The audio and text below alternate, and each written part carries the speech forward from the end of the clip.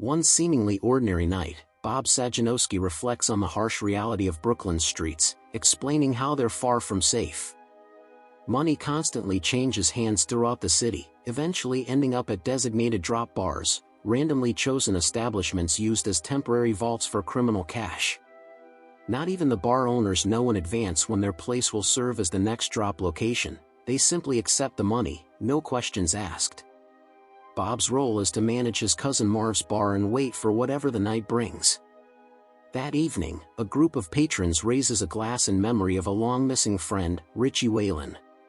Bob pours a free round, something Marv, the former owner, disapproves of. Bob defends the gesture, pointing out it's been a decade since Richie vanished, yet people still remember him vividly. Marv also criticizes Bob for showing kindness to Millie, an elderly regular who lingers at the bar late into the night. Despite his quiet demeanor, Bob is a genuinely kind person. He attends church and treats people well, though he keeps to himself. While walking through the neighborhood, Bob hears faint cries. Investigating, he finds an injured, whimpering puppy stuffed in a trash can. After rescuing the dog, he encounters the homeowner, a wary woman named Nadia. Though she's hesitant and takes a photo of Bob for her safety, she invites him in so they can tend to the puppy's wounds. Nadia, a waitress who used to volunteer in animal rescue, informs Bob that the dog is actually a pit bull, not a boxer, making it harder to find it a home due to the breed's reputation. Bob admits he shares the common view that pit bulls are dangerous, but Nadia insists it's the owners, not the dogs, who are the problem. During their conversation, Bob notices bruises on Nadia's neck, but she quickly deflects. She offers Bob a crate for the dog, as she can't keep it, her night job wouldn't allow it. Bob also insists he can't keep the dog, having only stumbled upon it by chance. Nadia says the dog will go to a shelter where it'll wait a week for its owner before being put up for adoption. Although hesitant, Bob asks her to hold on to the puppy a few days longer so he can decide. Bob later discusses the situation with Marv, who dismisses the responsibility, saying it's just a dog. Not long after, two masked robbers burst into the bar after hours, demanding the day's earnings.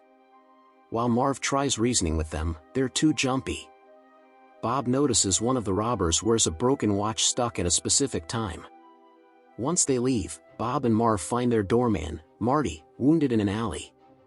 Soon, Detective Evandro Torres arrives. He recognizes Bob from church and begins questioning him. Bob mentions the watch detail and notes that only the cash register money was taken, nothing more suspicious.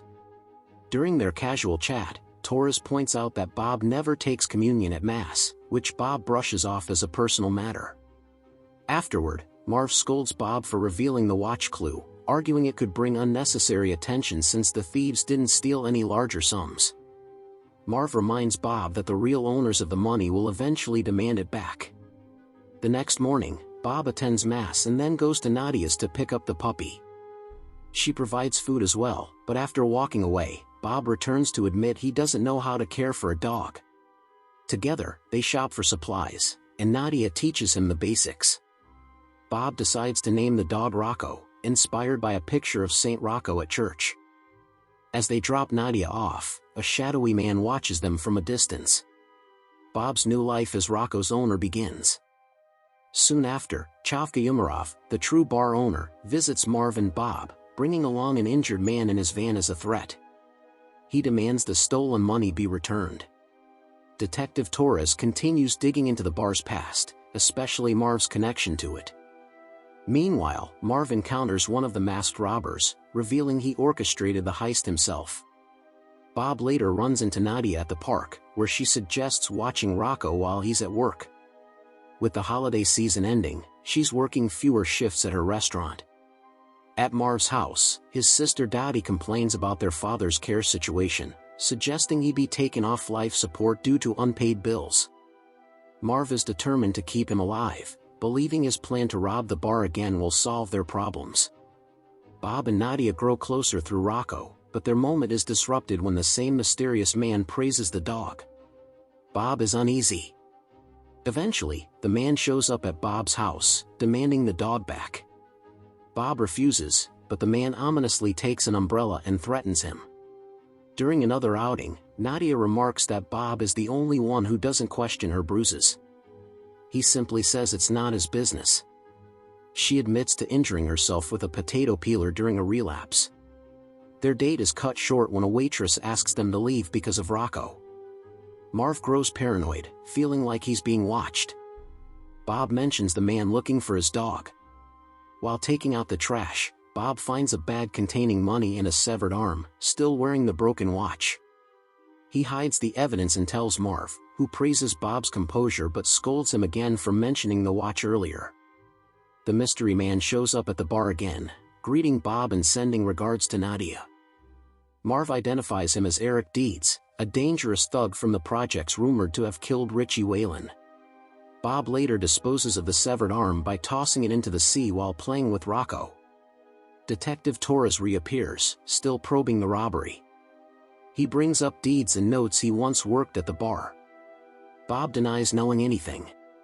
He later argues with Nadia over Deeds' connection to her, which ends with Nadia storming off. Bob later offers Umarov the recovered money and is told the next drop will happen on Super Bowl night.